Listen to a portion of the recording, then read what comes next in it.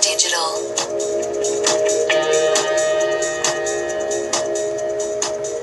Well, I wonder if you've been to the new fast food restaurant at Tacoma. You know exactly what fast food restaurant I'm talking about because you've certainly heard a lot about it with the very long-running battle over its construction. It is now, of course, built and it's open.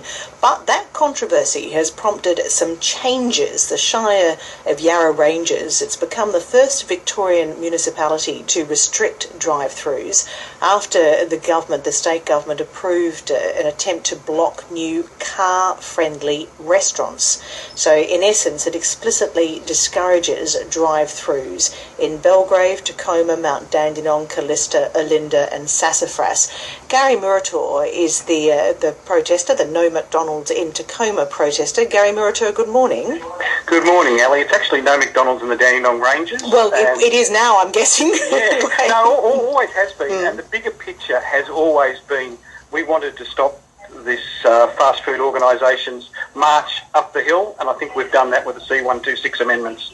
Well, I guess, first of all, the real news, though, for you, though, isn't it, at this point, that it just came too late? I mean, it came a week after that restaurant opened. Why didn't it come beforehand? Well, I think this particular campaign's caused a lot of interest. I think the government was pressured. They had to do something. Unfortunately, VCAT failed us. Planning Minister Guy actually said on 774 in July last year that he felt it was one that VCAT got wrong. So I think they needed to redress that, and they've done that with these amendments. Well, Matthew Guy also says, I mean, he's the one who's approved these changes, but he's quoted in the paper today as saying, and we should say that we did attempt to contact the Minister and also the Mayor of the Yarra Ranges, but they're both busy actually hosting a government delegation community cabinet this morning. But Mr Guy is quoted as saying that he couldn't intervene in the Tacoma restaurant because he was unaware of the issue until it went to VCAT. Was he not aware of it until it got to that point? Well, we're a little bit concerned about Minister Guy's comments on that. We certainly contacted his office. I won't say we spoke directly with Minister Guy. The two government members that sit close to the electorate, in fact, before the boundary changes, the school was actually in Brad Batten's electorate of Gembrook. They certainly knew about it. And the advice we got from the Minister's office prior to it was that VCAT had to run its course. Of course, VCAT... Okay, so he knew about it, but once it had gone to VCAT, he couldn't intervene. It was too late to intervene. So it's kind of speaking on both sides of your mouth, and that was a little bit of a concern. So, for the Minister to look at these amendments and agree with us is a great win. So we're really pleased that he's done the right thing eventually. So tell us what exactly these amendments mean. Well, the Dandenong Ranges or in the hamlets, they have certain design features. If you see the shops and single road frontages, these features include things like timber and natural materials, asymmetrical design, wide span pitch roof lines and front gables. So what it means is that if you build, it's got to fit into that streetscape. If you look at the particular project that's been put into Tacoma, it fits in more with a North Korean prison. So it's a box-type thing. It's got drive-thrus and the C126 fairly radical analogy, but okay. Yeah, well, that's what people have said to us. It is very, very boxy. It doesn't fit in with the streetscape. And even with the VCAT heard weeks of people putting their voice through. And one of the things that was fought over for days was the height of the signage. And VCAT limited that to 6 metres, which is still quite high. But while it was being built, the particular restaurant involved tried to get it as high as 8 metres. And the community had to jump on the council and say, act on this.